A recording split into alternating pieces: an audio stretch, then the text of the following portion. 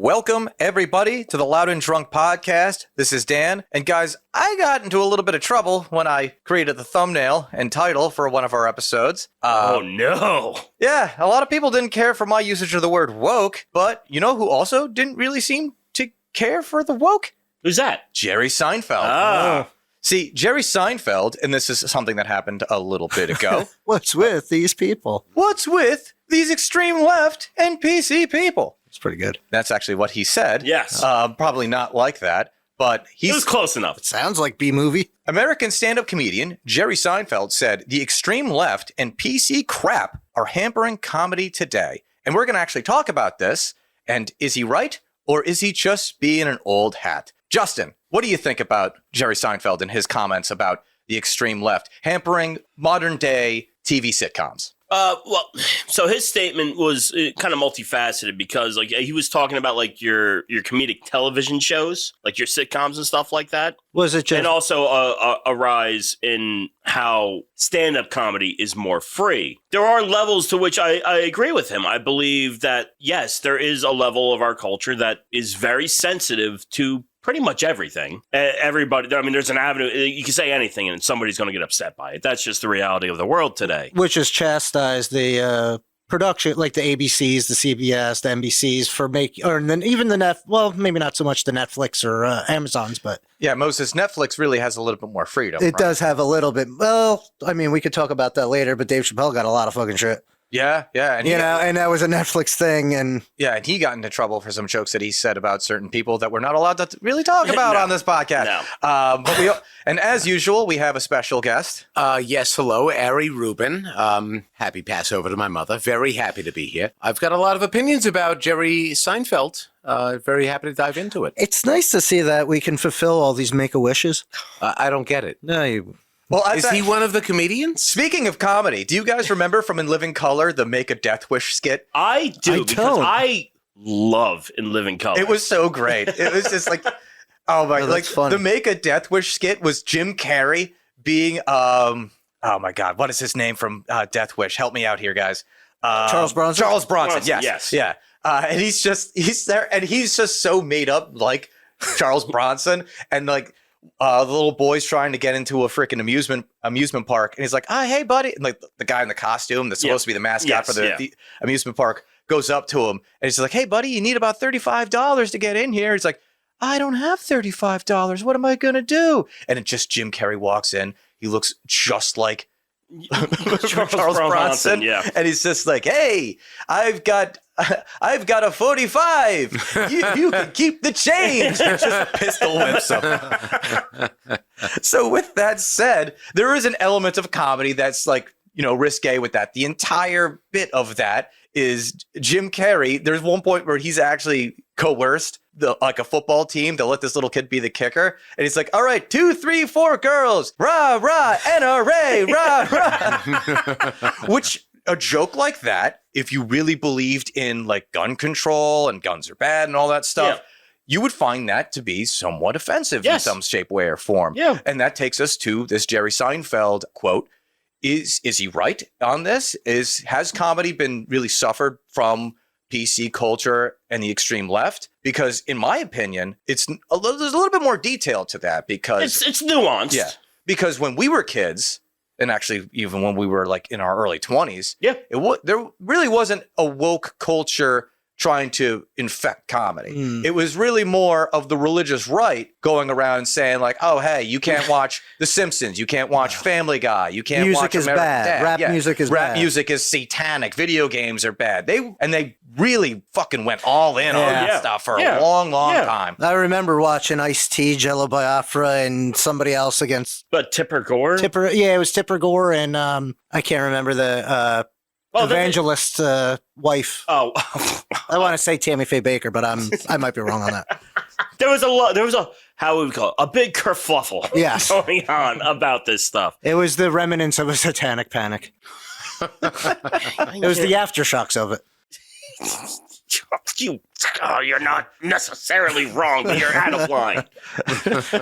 As I tend to be.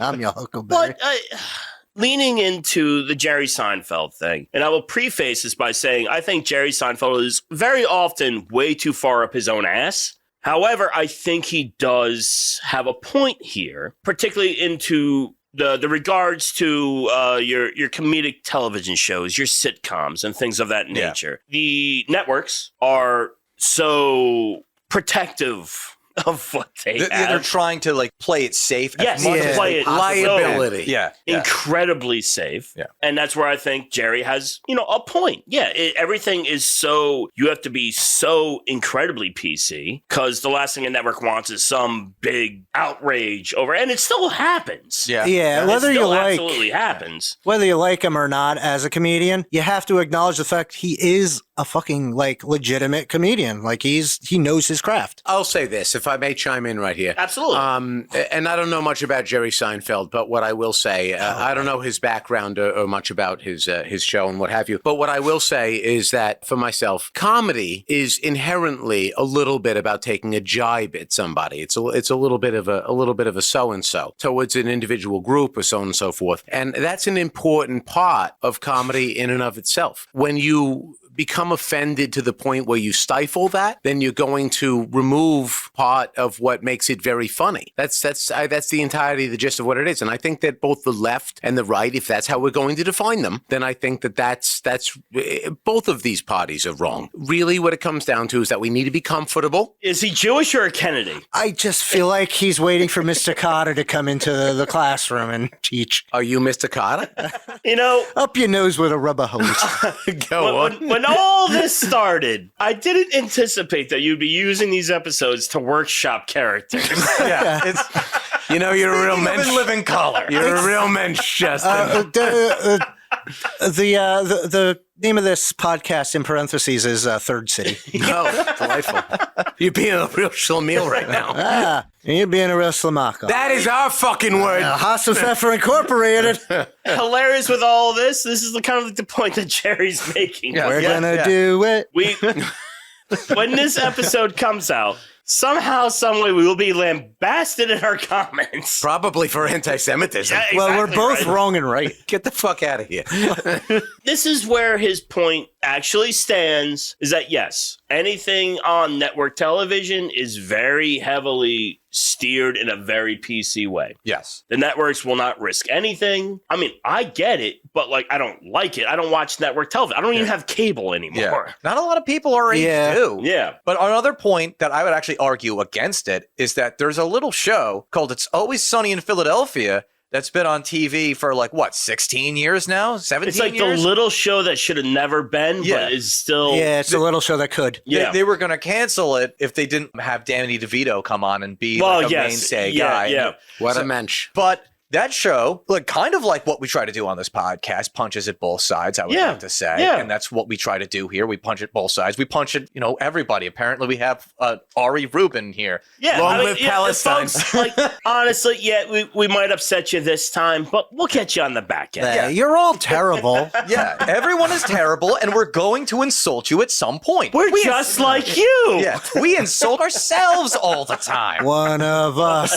But yeah, there is a very good point. Now, to flip to the backside of his statement of how there is still freedom within the stand-up community. Yeah. And I think there is, if you can make your name big enough. Oh, yeah. Yeah. If you're like a Bill Burr right now, Absolutely. then you have absolute freedom. You have carte blanche to to do whatever you want. If you're now, this is the thing that kind of drives me nuts. Yeah. Like if you're a Joe Rogan, Sure.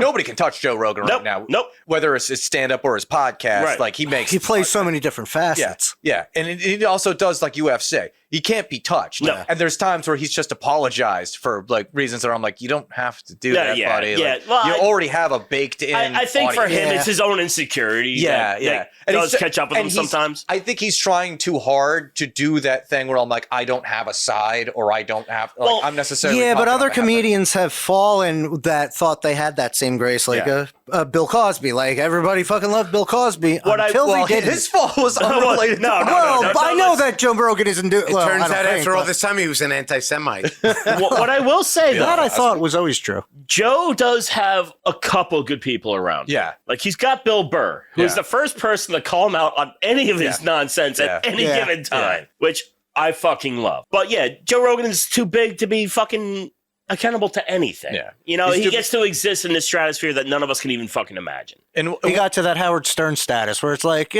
we could do anything. In a way. Yeah. he went there, and that's actually the shame of seeing Howard Stern now. Yes. Because Howard Stern used to be so anti-establishment. He's still alive. He's still alive. Yeah. He's still doing a show. Jesus Christ. His hair is still black. He's just Joey Ramone. Did Joey Ramone give Joe Biden a tongue bath on his own show? Probably. That's I don't know. And where could the viewers watch this? Asking for a friend. You can go on YouTube, and while you're at YouTube, hit us up. We're Loud and Drunk. Subscribe, share, hit that notification bell. Or a Chucky Enforcement Jesus coming after you. All right, that's a different episode. This is a mainstay for me. Just remember to ring your schlemazel. Oh, goodness gracious. But yeah, there's a lot to it as well. Not only is stand-up the aspect, but also like Jerry Seinfeld said something about, not doing college campuses anymore because of the PC, woke, whatever you want to call it, sort of influence. This has kind of been a thing that I think I only know because I was an early adopter to podcasts and like your Joe Rogans and stuff like that. They got into it very early. They always talked about how much it sucked to do colleges. But when you're a young upcoming comedian, you do it because that's where the money is. Pays. Yeah. And you can do it, but you kind of had to either your circuit was short or it was long. You either figured out how to roll with the punches. To roll with, and let's call it what it is. And we're not here to bash on fucking one side or the other, but colleges tend to be where some colleges tend to be more left wing, some colleges can be exceedingly right wing. Yeah, so you're either dealing with very left wing ideals, two different sides of the coin, or on the opposite side of the conservative side where it's uber conservative. Yeah. You're dealing with uber religious issues and stuff like that, and it's you're not really appeasing anybody. Yeah, and a picture trying to do a stand-up bit if you're a Jerry Seinfeld, a Bill Burr, a Joe Rogan or whatever, and you're in Berkeley, right, which is super progressive, right, or go to Liberty. Yes, and try to do the same thing. You're running into the same problem. They're just on a different end of the exactly right. Different end of the aisle. Did Jerry Seinfeld he always talked about just regular things that everybody deals with? Where Bill Burr comments on society more than Jerry Seinfeld. Granted, they came up in different times. Times. Yeah. Different times and not different styles of comedy. But Seinfeld was never doing anything offensive. He was just kind of talking about the stupid things in life. Well, Seinfeld's observational. Yeah. In that very pedantic, what's the deal with this? Yeah. But you're telling me. To be fair, too, back when we were kids, Seinfeld was considered to be somewhat risque. Episode, the episode that was the bet when there was who's going to be the last one to not fucking jerk off. Right. That was pretty risque at the time. We still don't know. It's the same thing. I feel like it was just as risque, and I get that when with I Love Lucy and they had a baby. Yeah, but that's how it was that step in the Flintstones was the first show, I believe, primetime cartoon. Primetime cartoon, but also the first show, I believe, that had a married couple sleeping in the same bed. Yes, I think historically that is correct, and that's how risque things were. The Simpsons was risque when we were kids, and the worst thing was I'm Bart Simpson. Who the hell are you? Yeah. That is, by now, that's how my sisters greet me. They're except it's just why the hell are you here? Yeah. What's the deal? Yeah. You shouldn't be here on a Tuesday. What the fuck's going on? So that's it, honey. Fight the system. It goes from a Bart Simpson, and then it goes to an Eric Cartman. Where it's all of a sudden now, instead of taking the head off a statue, now you're feeding another kid. You're feeding a kid his parents who are chili because you've murdered them, or at least unleash the chain of events in which they're going to be murdered, and then you feed that to the fucking son. That's how comedy changed. Legitimately designed to upset. Yeah. Even to give people in the core audience a level of discomfort, much less anybody on the fringe. That's what makes the best comedy is the ones that push that, your common idea. And it's fuck that. I absolutely agree with you, but I do it should feel be like a there is a level where reflection it goes of society. Too far for what the general populace can handle. This is actually a pretty good point that we can do a little deviation from. When have you guys hit the moment where I'm this is a little too far for me? I can tell you, because I loved Family Guy back in the day, back in its prime when it was actually legitimately funny. There was an episode called McStroke where Peter has a stroke and half of his face is numb. Yeah. And that never sat well with me. It was a weird. I remember that because there's a whole scene where he's singing REM's "End of the World." Right. It's fantastic. I didn't think it was funny. I just thought it was just like, it didn't hit me. And I like black humor. I like risque humor, but for whatever reason, I was just like, Seth MacFarlane is white. Well, oh God. That's all. Here's my point with this. And I'm sure there have been instances that things catch me sideways, but I think that's largely built off our reactions are built off our like personal experiences. And like, if it's caught me sideways, I'm sure there's times I'm better aware than I am at other times. But like, you got to realize everything's not for you. Yeah, like I've seen that even like with the comedy roasts. Oh, wow. And like there was, I forget what roast it was, but Pete Davidson was doing all these jokes about his father dying in 9/11. And like, and other people were doing that too. And it like, I get that he's, cool with that being a thing. But it's just like, damn, like, and not that they're not funny. But it's just like, damn, that seems a bit far, but okay. Like I said, I'll roll with it, but it's just like, that's a weird direction you went. There is an angle to this that, like, joking about your dad being dead. There was a moment that I legit, I was watching something and it was Dave Landau. Yeah. And he was watching the video of when Stephen Colbert had the dancing COVID vaccines on her show. Oh, right. They watched it. And the first thing that he said was, "I'm glad my parents are dead." I was like, that just sent me. I was just rolling after that. And because obviously there has to have been something. I just can't think of specific things that have caught me sideways based on like my experience with life. Yeah. You know what I mean? And I'm sure like whatever, but like you got to keep on rolling, baby. Just keep on keeping on. It's kind of just like take it for what it is. It's just a joke, man. Ari, has there ever been a joke that you've seen maybe on TV or in a movie that is like, it's like, it didn't really upset you? It was kind of like in the same situation in my story that I told where I was just like, I know this is supposed to be funny, but it just ain't it. I most Seth Rogen movies. I've never been offended by a joke in a movie or a show or anything like that. But I do have a question for you. Okay. Why are Jewish men circumcised? Why is that? Because a Jewish woman wouldn't touch anything that isn't 10% off. Oh, that's pretty good. Ladies and gentlemen, the aristocrats. What on earth? Thank you. I'll be here all night. Try the veal. But you can't appease if you're gonna put like in that industry where you're gonna put a joke out into the world. Somebody ain't gonna like it. Yeah. I mean, that's the nature. And it doesn't of even matter if it's a bad joke. Like, just it could be the greatest joke, but somebody's gonna get pissed off at it. And to go full circle with my story, it's not like I stopped watching the show after that. Right. I stopped watching the show because it stopped being funny. Well, yes. Yeah. And that's like overall, like it wasn't even jokes that were like, I would say risque. It was just like, oh, there's nothing to this. Right. Do you still watch The Simpsons? No, I stopped watching The Simpsons a whole because I was going to say, it is kind of in that same vein. Like, The Simpsons were great at a time. And now it's just like, it's cool that they're still on, but I don't care. I will say I stopped watching The Simpsons, and this is actually an incredibly sad way of putting it. Oh, wow. All right. It was Bring like, us down, baby. It's just going to be a dog in the rain staring at a pizza shop. Okay, Futurama.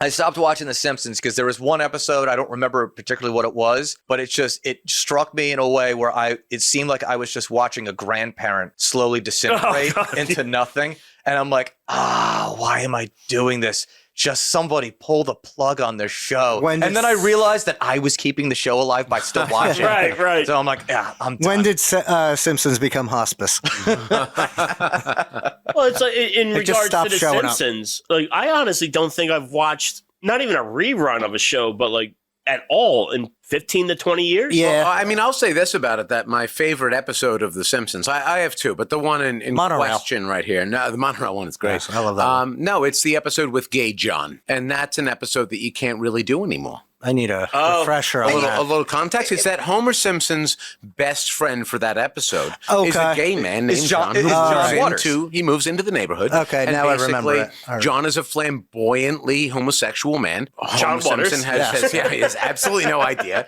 And then when Homer finds out that he's gay, he's deeply offended and uncomfortable with that, but then understands that John is just a regular person by the end of the episode. And it's also the moral of that episode is so pro gay people. Yeah. Absolutely. Like Homer is the one. Homer clearly is in the one wrong. who's wrong. Yeah, And he's ignorant. He's wrong. And by the end of the episode, it comes full circle, and he realizes that he was wrong. Yeah, for judging him enemies this way. become friends, friends become enemies. We all learn a little bit of something. like this. Yeah. It's basically just an episode of Seinfeld. Yes. Yeah. Except they're all enemies. That's true. There is a little bit of an aspect that I do agree that there would get a little bit of blowback for doing that episode, but that's what frustrates me because with that thesis of the episode being like gay people are just like you and I, they just have a different sexual Well, now you orientation. don't get any candy. Yeah. That's a line. That's a line from the episode. People. Ooh, a piece of candy. And that's what makes it great too, because you can't even, the unfortunate thing that happened with The Simpsons and Family Guy and some of these other animated series is that they had to replace certain, yes, voice actors because they're like, well, you're not actually black and you're voicing a black character. Yeah, that Well, was a that's- big thing at one point. And, Yes, and it was ridiculous, first of all, because Bart Simpson's been 10 years old for 36 years and And still a woman. portrayed by like an old woman at this point old. But for that episode, they had John Waters, flamboyantly gay man, doing the episode. So you're actually doing everything that you're supposed to be doing. right. And yet, Everybody most of is us- appropriated. and yet most of us would be like, oh, you can't do that episode just because there's too many jokes at the expense of gay people. Because I don't think it was the end of, actually, no, it was the end of the episode where it's just like, to all you steel workers out there, keep reaching for that rainbow. But they said like they did that kind of shit with Community. There was a D&D episode and one of them dressed up like a drow elf and had he was blackface. It was blackface, but he wasn't portraying a black person. He was portraying a drow elf. Yeah, which is not a real thing. And that reminds me of, I brought up It's Always Sunny in Philadelphia. Yeah. And I completely forgot about the consequence that Yes. show got Yeah. for its risque humor. Yeah. Because certain episodes, because of blackface and brownface, those episodes got pulled Yep. from Hulu. Yep. And those episodes, The Lethal Weapons. the lethal yeah. weapons, the ones that are like, what's her name? Oh, Dee's Puerto Dee's- Rican. Puerto Rican character. And Yeah. it's so on the nose racist, but that's the whole point of it. It's that satirical. It's satirical. And Yeah. the whole first episode that they talk about blackface is exposing how fucking like ridiculous Right. it was to begin with. And they're trying, the whole thing is them trying to figure out like, how do we make this tasteful? And the whole thesis of it is you can't. Well, and I think that's kind of the thing. I think culturally today, a lot of these people that get upset about things, they either don't understand or don't give a fuck about the entity that is satire. And that's just it. It's satirical. Yeah. And Dan, I don't know if you knew this about me, but I'm something of a colored person myself. And what I could will hear say is that, what was that? I could hear it. It's that South Brooklyn accent. Oh, thank you very much. I take that as a compliment.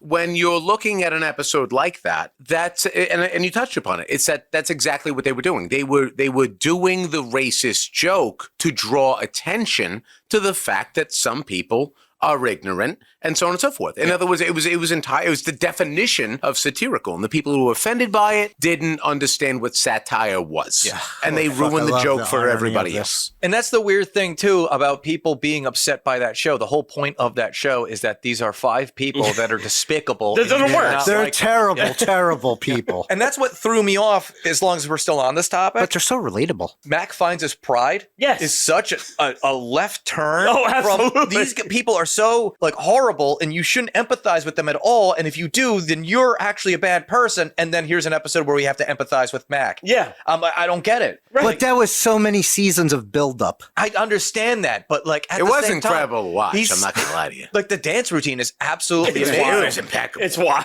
Yeah. It's so good. The physical condition that man reached. Oh, my It God. was absolutely. Just for him to be fat and then cut. Oh, my God. God damn. But here's the problem though. Master of his craft. A 5-minute dance that is absolutely mind-blowingly awesome does not make up for 17 minutes of painfully unfunny minute. It's like it's Right. not. Yeah, but Napoleon Dynamite is like a That's just fan cringe favorite. humor. Like it's just Whoa. That's the movie of our people. You will watch it. Is it? What? that's what you're where you draw strapping your your horse. line. yourself, Dan. That's what you're strapping your wagon to. All right. I pay people to strap my wagon. I don't know. We'll talk after It the just show. it just sounds. You're the one doing the strapping, Dan. I don't It know just what we're sounds talking like about. you're bringing your bologna and you're blaming me for making a sandwich. I can't eat bologna, and you goddamn know that. I'm just going to write it's this a kosher down. bologna. Strapping the wagon. Yeah. That is a band name. Sometimes I don't stop strapping the wagon. That's a real problem. It's strapped to an owl swooping down from the moon.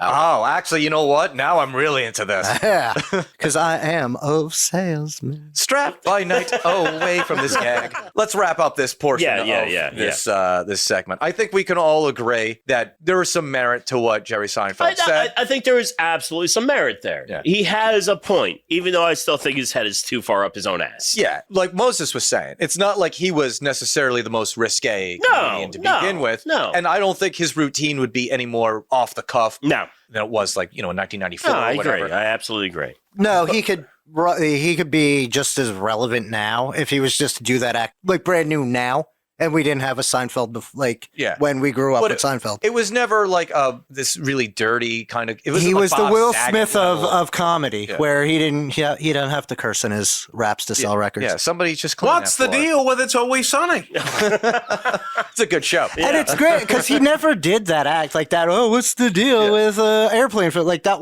That was never part of his act. Go on. No, that's it. Yeah, those are the best things I could say about Jerry Seinfeld because I've watched B Movie. Wow. Okay. Oh, wow. That's where you went with that, huh? Yeah. You know what? That was so jarring that I'm just gonna take it to the. Yeah. I had to choke down my Manischewitz for a second. I was having a. I was really worried about you. Yeah. I was concerned for myself as well. You guys got me working the board over here. I was working the board for a second myself, if you know what I mean. You want me to call Hezbollah?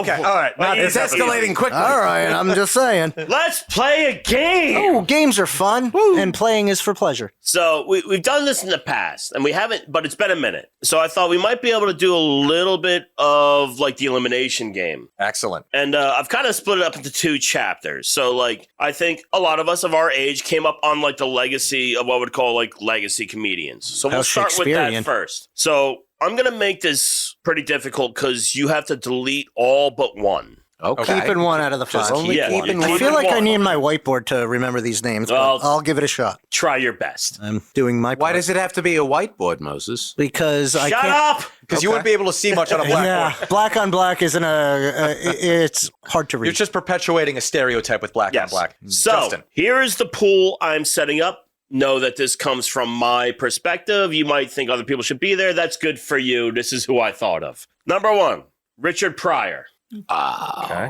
He's fun. Number 2, George Carlin. Saw these coming.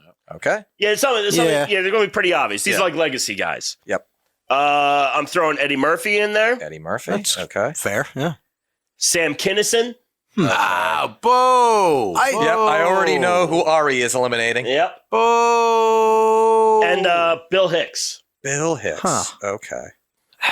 Now talk it out. All right. Give me if anybody wants to jump in with their thought process. I know. Like Sam, I enjoy Sam Kinison. Mm-hmm. About like what Tell he's me you're joking a fool about. without telling me you're a fool. I don't enjoy his delivery. So that's the whole thing. So the idea is that we're only keeping one. Yes. Okay. I think I already have mine. I already know who it is. I think I already have mine as well. Let's hear it. All right. So show me. I grew up listening to this guy all the time. One of my best memories as a kid was my dad picking me up and taking me to like wherever we were going. Either it was his house in where we live right now, or all the way up to Staten Island where he was staying for a little bit. On the Road by George Carlin is one of my favorite comedy albums of all time. It's great. I could not for the life of me get rid of that. I don't care if I had to destroy the planet itself. I would keep On the Road because every time I go to the grocery store to buy anything, I still say you gotta line up at the trucks to find a fucking Malamaz. So it's true. For me, it's George Carlin. There's so many comedy specials that he did. Even when he was when people said like he was too old and he was in a he was still crushing it. He was still crushing it. He was still a truth teller. Yeah. And the thing that I love about George Carlin is that both sides try to appropriate him and they're both wrong. I know. Yeah. George Carlin was he was the Sweden of comedy. He was definitely towards the left. He was a hippy dippy type of guy, but he absolutely despised your leftist authoritarianism the same way he despised your right wing authoritarianism, and that fed into his comedy. He was absolutely brilliant. I like these guys too. I like Richard Pryor. I like Eddie Murphy. Eddie Murphy was probably in contention if it was like I only had to eliminate one. Right. He probably would have been in contention for that just because, towards the end, he's less risque. He's less Yeah, he kind of sold out. Yeah, he's doing more stuff for his kids. Yeah. Sam Kinison probably would have been the two of them. Yeah. Because while I like Sam Kinison and I like the fact that he had like a big influence on one of my personal favorite comedians, Louis Black, on his own, he doesn't have the library the rest of the guys had. So That's fair, yeah. Nope. So when it comes to Kinison, I like his story, how he was a fucking preacher and then got run over by a car, massive brain damage, and then could no longer control himself and became what he was. I will say That's a good act. That's a good gimmick. I will say one of my favorite episodes of Married with Children when he's Al's guardian angel. Yes. So maybe for that alone, I would have kept him just because Only good thing he ever did. it's so great. Maybe Back to School. What about, I was going to say. Back to School is also another one. Yeah. That probably would have Him and Rodney Dangerfield. Like that, I just want to sit in on that regular, like just the two of them sitting there as real people and whatever conversation that's going on. I want to be a Rodney fly on the wall. Dangerfield was funny enough that he wouldn't have gotten a word in unless it was scripted. Well, yeah, because no respect. No respect. All right, let's go to our special guest. What's your Richard Pryor. Yeah, okay. Richard Pryor. I absolutely love Carlin. Mm-hmm. Richard Pryor basically did the exact same thing, but it was more from, I feel like they both told the story from the everyman perspective, but there were two different angles. Yeah. And Pryor, absolutely, he was clearly being poor white and being poor black are two different things. Carlin told it from everyone's perspective. In other words, he wasn't trying to tell it from a white man's perspective. He was saying it from everyone's perspective. Yeah, one of his bits was, now we're all Nixon's niggas now. Yeah, exactly. Yeah. Pryor was telling it from the black man's perspective and his trauma. For whatever reason, I find that to be the more compelling story. It was the more compelling joke. I just enjoyed it more from him. Also, his personal story that tied in with that, his personal struggle, which was in many ways self-imposed, I find that to just be very compelling by itself. Yep. And obviously, being a Jew, we worship black people, and that's just how it is. Because you're just trying to get as far away as you can from your mother. That's just how it goes. Fair, I think those are like the two best picks for this one because they were also like very much in competition at the time too because they were like the top, very much so. Yes, they were the top comedians. I think they had that rivalry, but if I'm not mistaken, I think they were actually pretty much buddy. They were probably close. Very much. It's just saying like you see them going at each other in wrestling, but behind the scenes they were known to be quite chummy with each other. Yeah, and rightfully so. Yeah. Makes sense. Sir Moses. No, I would go with George Carlin. As much as I love Eddie Murphy, I love Eddie Murphy more for his movies than I do for his stand-up. I only toy. ruled him out because of everything that happened afterwards. I thought he was a great stand-up comic, but I mean, Dr. Dolittle, I'm not going to vote for him. Well, that's fair. And Norbit. But the toy, him and Jackie Gleason, is some of the funniest. It's awkward funny, but it's like so, especially when this film was like when it was filmed and the time that it came out, it's just like, we're kind of riding a line where this should be racist, but it's like, we all still like whiskey and everything's brown, so whatever. Yeah, I'll take it. It's actually pretty funny that we're talking about this. The one thing that I can use against George Carlin, and chime in if you can think of anything else, he was the conductor. He was. That Shining Time Station, whatever that was. Yeah, Shining Time Station, yeah. Oh, wow. I completely forgot. Thomas the Tank Engine? That. Oh, he's big in Japan. Because it was him and then it was like Ringo Starr or something at one point. That makes sense. Yeah. Because they look similar. Like if you were just like a generic white guy with a beard and bald head. Yeah. I can't knock and a ponytail. Trying to make a shekel here and there. No. Carlin was a Jew too. Aren't we all? Yeah. in varying degrees. We're all owned by cats.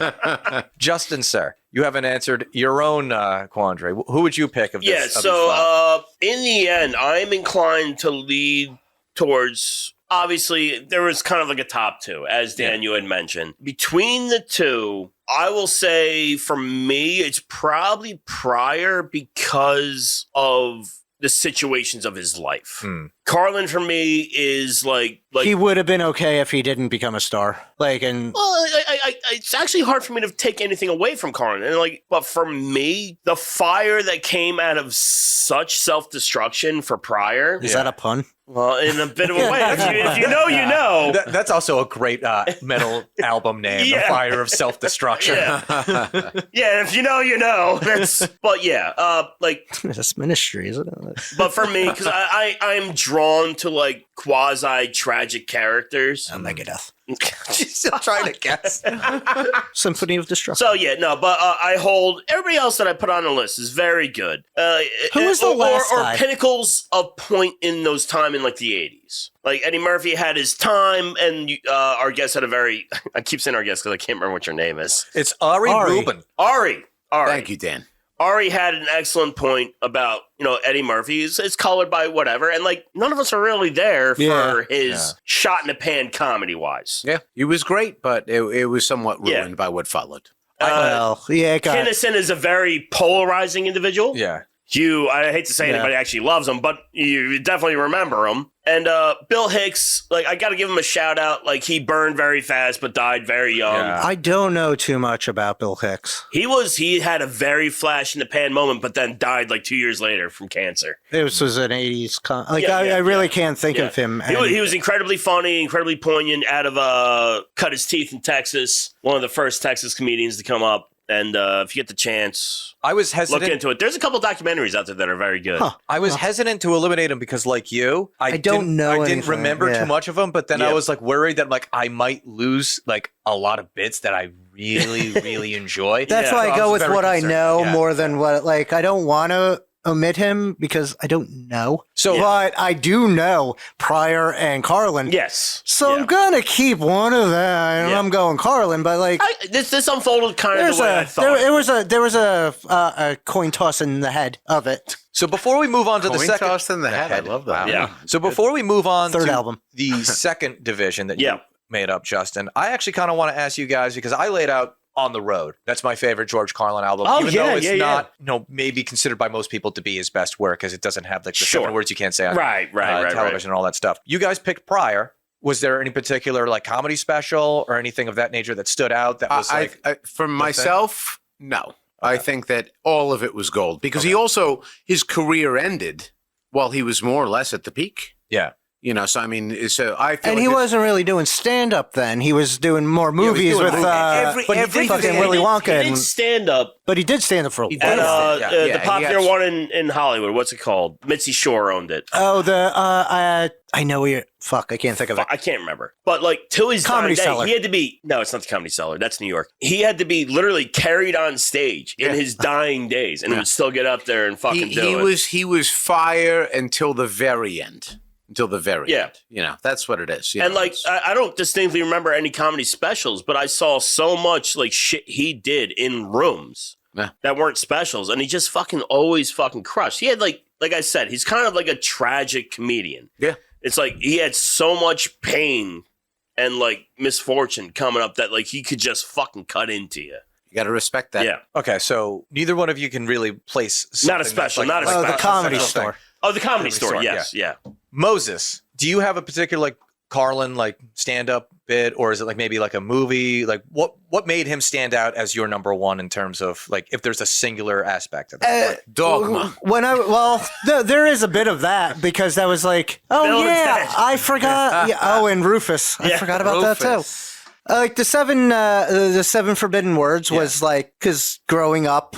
I'm like 7 years old. Like, I know these are bad words, even though every picture I have with my mother has a middle finger from one of us. And it was just like, that was like, that's kind of true. Like, why don't we hear these words on TV, even though I hear them every day growing up in my household? It was such a transformation from him too, because he was actually like, I think it was like around the beginning of the 60s or maybe the tail end of the 50s, where he was kind of like a cookie cutter, straight-laced comedian. It wasn't until later that I saw the breadth of his work. Yeah. And then I was old enough to understand it. But like when I first was introduced to George Carlin, it was the 7 forbidden words that you can never, 7 words you can't say on television. And then he added 7 more. Well, yeah, I mean, it's a bit. Yeah. You know? But it was just like, no. You got to have a part 2. That bit is great, but I'm also thinking like there's times even like watching TV and they were like selling like, I don't know, like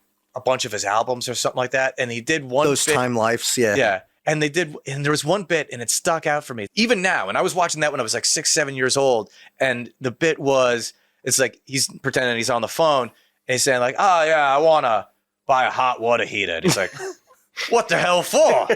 Hot water doesn't need to be heated. It's linguistic mannerism, like the way he had this stranglehold on language. And that's what appealed to me. Like even when he was an orator at base. And even when he was older, and you don't think you should have like Joe Biden would struggle so much with just saying one of these words. And like he was around that age and he was able to seamlessly say these fucking bits and say them with such speed and precision. Yeah. It was like he was my age doing that. Some people got the gift of gab. And there is something kind of incredible too. If you go back, because you can actually see some of this, like Carlin's very early days. Like, I mean, we're talking 15, 20 years-ish post Lenny Bruce's whole situation. And like Carlin was very clean in those early days. Incredibly clean. And then like he had like an existential crisis where he was just like, I need to say what I need to say. Yeah. And it was such a transformation too. He went from being that clean cut, cookie cutter, like 50s style comedian to this super hippy dippy type of like comedian. And he would make fun of that too. It's just like, oh yeah, like we're going to do, here's the forecast from the hippy dippy weatherman. And it's just like, what's the weather looking like today? And he's just like, but a lot of those comics, especially around the time, like Robin Williams, had a lot of cursing in his stand-up. Yep. The fuck is his Danny Tanner? Bob Saget. Bob Saget. Oh yeah, his was raunchy. He was America's father for like the late 80s, early 90s. Yeah. Whatever but happened his to them? stand-up was fucking filthy. That would make some of these others blush. Like Gilbert Gottfried be like, I don't know, man. Yeah, like some of his stand-up was like banging the one girl that was like the friend of Stephanie. Oh yeah. Kimmy Gibbler, the Kimmy Gibbler thing. Yeah. He was crass. Yeah. His probably and it's just him playing both sides. Because he was a comedian for a long time. Yeah. Like I can't remember the distinct story about how he got the job as Danny Tanner, but like he ended up with that job, and they're like, you cannot. There has to be a wall. Yeah. Between and if you start with his career, you were saying this, Mose. If you start watching Full House and then you go and see some of his stand-up, it's like this can't be this person. No. Like this is like finding out that your father has like a BDSM closet in your basement, and you've never seen any of this, and they've never alluded to any of this. Well played. Yes. Yeah. We'll give it all one clap.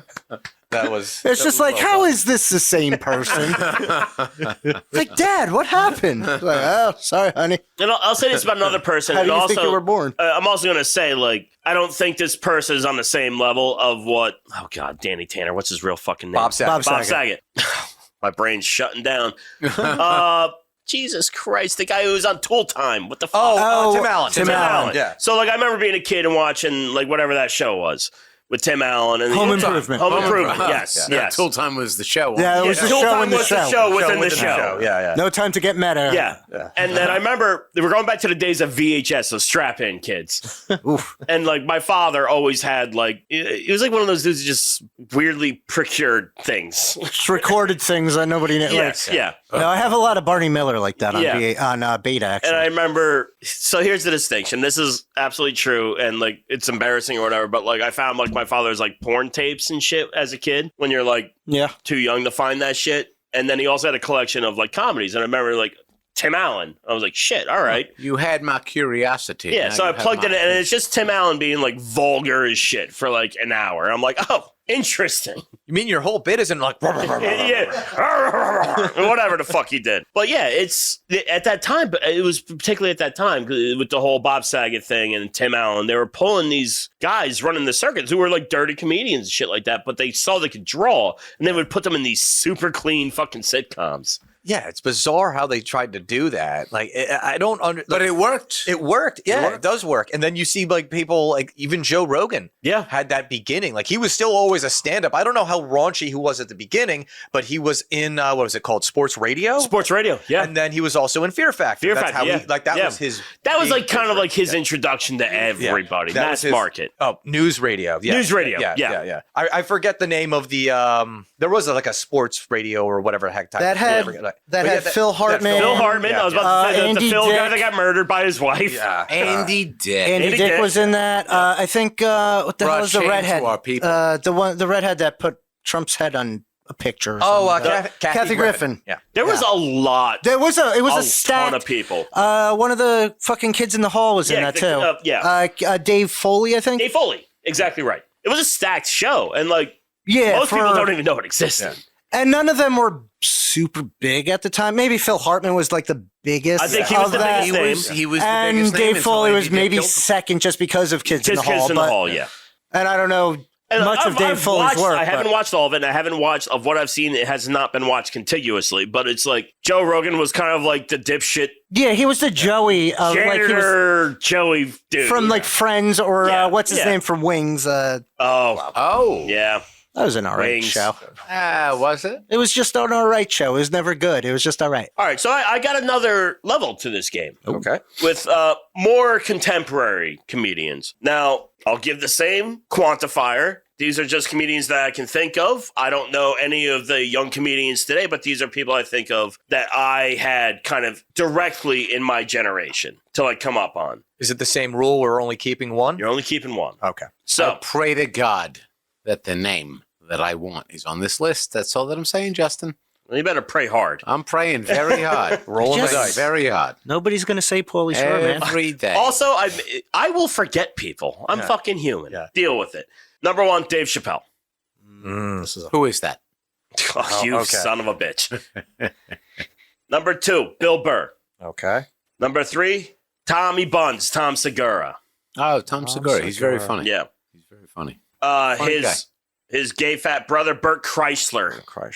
I only know him as the gay fat brother, so that doesn't mean anything to me. And then as a bit of a wild card, Anthony Jeselnik. Oh, Anthony Jeselnik. That's I know him, but I don't know him. I'm torn between Chappelle and Jeselnik. Dave Chappelle is hilarious. All right. Dave Chappelle is Think kind of... about it for a second, and whoever wants to jump in first, make your presence known. I'm absorbing your accent, and fuck you. Well, first of all, I think we all are. Judaism spreads throughout the land, and you'll all adapt. It's very quick. It spreads through the voice. Yeah, it absolutely it does. It does. And listen, when we're done with this podcast, maybe we'll all take a quick nap, and then we'll get some bagels in the morning. That's all that I'm saying. Nice. Can we squeeze in a schwitz? Oh my God, I'm going to schwitz right now over the name that's lacking from this. Who's What your is name? that? We will take a sixth if it's worth it. Mitch Hedberg.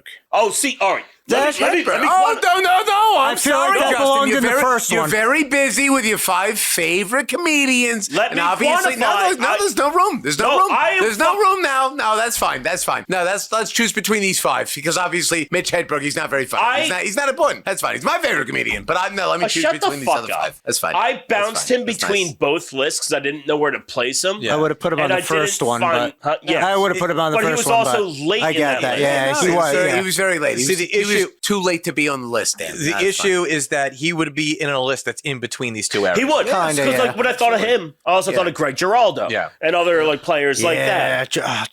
Fucking Ross. Day Yeah. late and a Dave, shekel short, I guess. he's That's fine. fucking fun. No Mitch Hedberg. Yeah, that's He fine. was thought about. No, he was thought about. That's great. That pays my bills. He was thought about. That's wonderful. Deal with the list I Dave gave Chappelle. you. Dave Chappelle. Does putting him on the list pay your bills? Like how did you pay bills? You don't know my finances. Right. Everybody shut up. Moses, go. I'm debating you're Jewish. I'm torn between Jeselnik and Chappelle. I kind of gotta go with Chappelle just because of That's fair. Yeah. because one, I've seen his stand up live. Yeah. And He is phenomenal.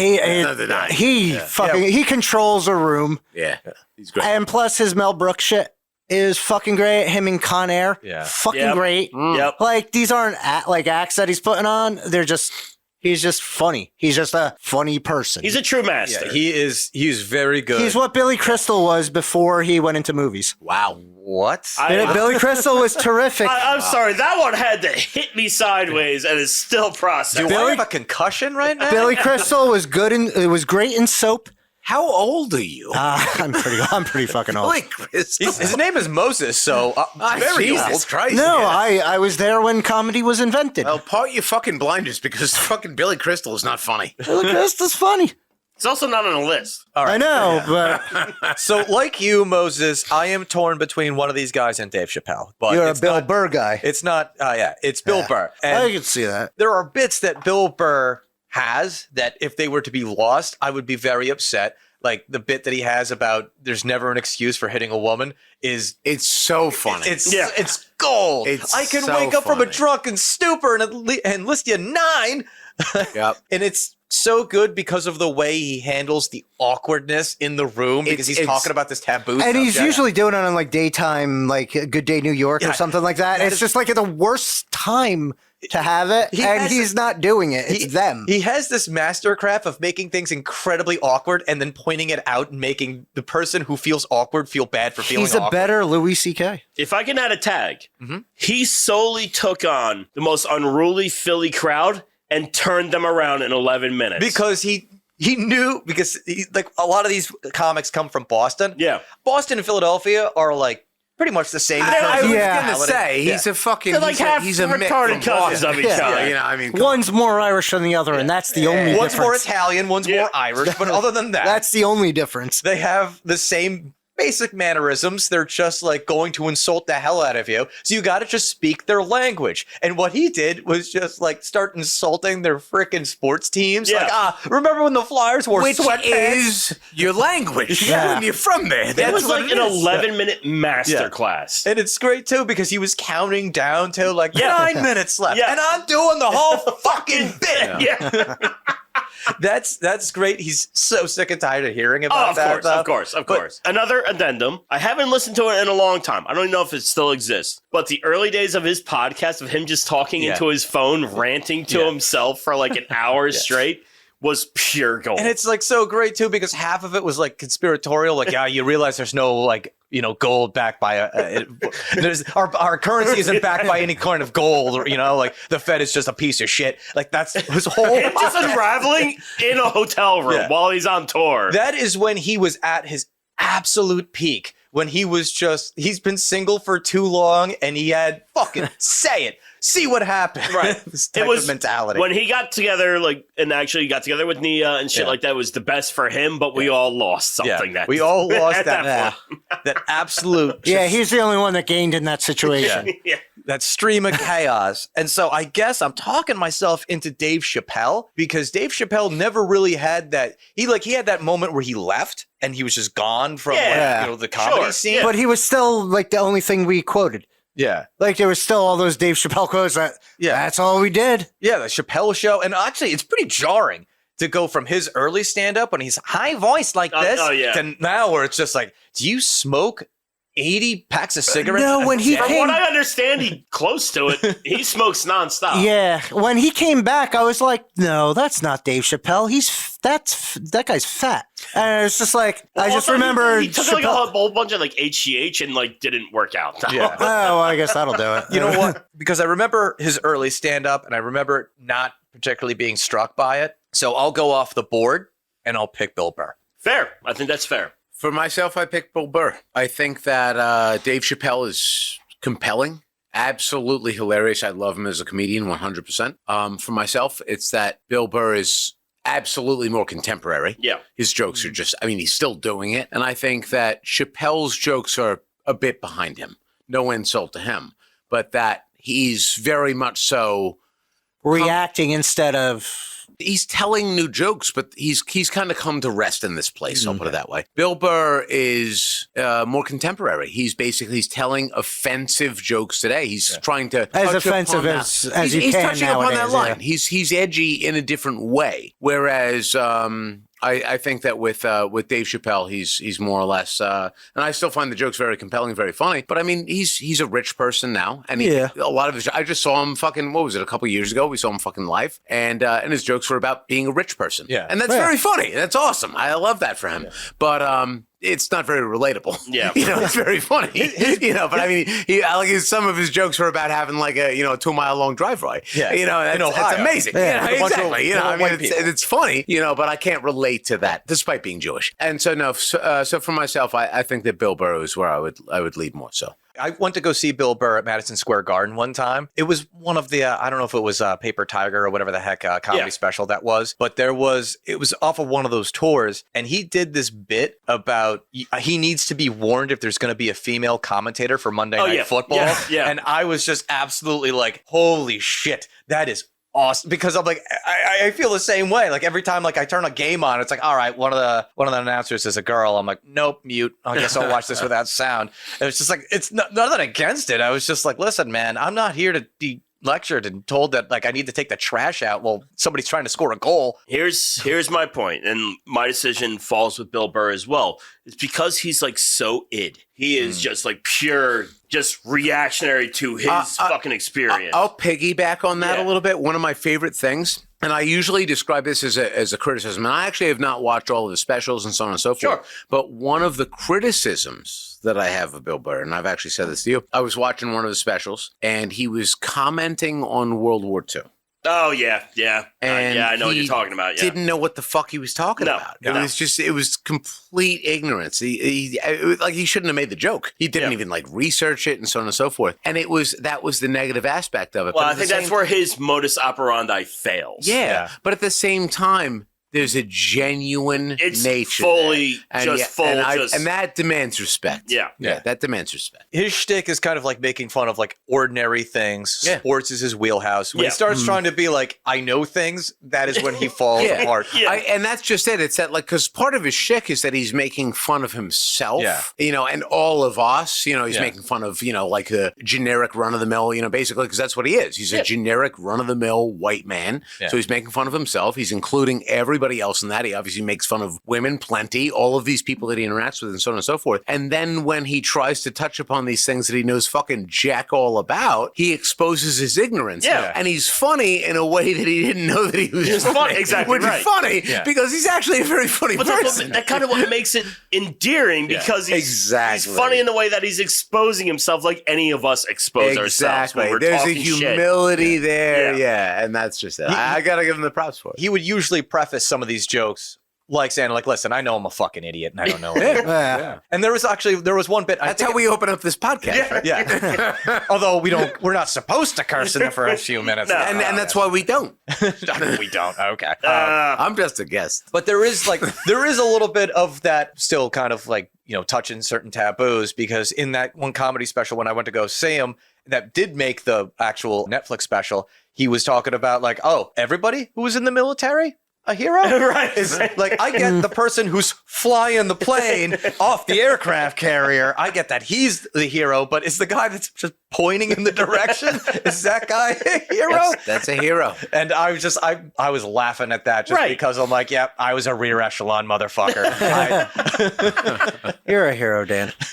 Thank you for your service, Dan. Only to this podcast am I a hero. And not even to the commenters either. Yeah. Well, no, but... And if you love America, remember to subscribe and smash that like button. You're doing that for this country. And otherwise, you're a communist. Otherwise, you support ISIS. And, and I support Israel. That's where I stand. Oh, ISIS is still a thing? Yeah, they're around. Yeah. They're hanging out. They're trying to attack this country. I thought it was like MySpace. And I don't know. Dan is our firewall against that. This podcast is I love that movie, Firewall. Yeah. Now I'm into that. Easy. All right, dial it back. All right, this is something I should talk to my rabbi about. We don't control the media by going overboard, Moses. Okay. You got to stifle yourself a little bit. I love overboard. Stifle you. Oh, That's a good Well, movie. Kurt Russell's great. Goldie Hawn, terrific. Okay. So we only have a few more minutes left. Yes, yeah. And I don't want putting to this spend down. with you two jabbering on about nothing. Well, then can I throw an In honorable? fairness, we were talking about Overboard Yeah, with Kurt and- Russell. That is nothing. Can I throw an honorable mention in there with Norm Macdonald? Wow, Okay, why? yeah. Because his stand-up was terrific. He made Oh, a he's game. phenomenal, yeah. He made a game out of bombing. What? Where Well, he really cut.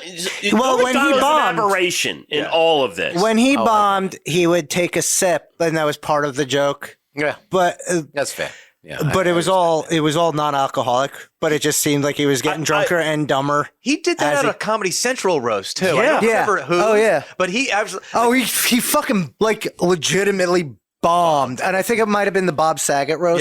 Yeah. Where Oh, like yeah, they're yeah. buddies and like everybody on the dais gets it. Well, like any of the comedians on the dais get it, and nobody else does. Hey, Jay Sherman, do you know why nobody watches your show? because it's intelligent. Norm Macdonald is the greatest. All right, agree. so he deserves that shout out. I think Norm Macdonald would actually go in the category with Mitch Hedberg in that Yeah. little area in between these two eras that we're talking I could about. see that. Yeah. Yeah. Because I'm going Norm Macdonald then. In his, and I don't mean anything against him, but in his latter years before he passed away, his face got really weird. Can we all agree? He got. To be fair, his you know, face I'm was not gonna always describe weird. it the way I was going to describe it. It looks like a bad vagina. Wow. Somehow that's worse and yet more PC than what I was going to say. I don't know what that means. You ever seen a bad vagina? Bad Vagina has to be already a band name. It is. right? That's the thing. You know, it upsets me, but I'll add it. I'll add it to the band name list. Here we go. So we only have a few more minutes left. Yeah. Let's try to round out this list of who would be in this category in between the two. We Oh, have yeah, I like this. Yeah. Norm Macdonald and Yeah. Mitch Hedberg. I think that kind of encompasses, because right now we're kind of like in the modern day. Yeah. And the one prior to that is really more of like 80s and beforehand, like that 70s, 80s kind of time frame. If I can throw a name, and I said him before, but Greg Giraldo. Greg Giraldo's a good Yeah, one. yeah. I could throw it, yeah. Everyone gives what is his Geraldo name? was fucking great. Jeff Ross, everybody gives Jeff Ross the credit. Yes. But Yeah. Geraldo was the fucking star of the roast. He was crushing it. Like, we have these fat fucking kids. Yeah. So we need these big fucking cars. Even to that point, I'll throw Lisa Lampanelli in there. Of that middle I'm gonna group. veto that one. No.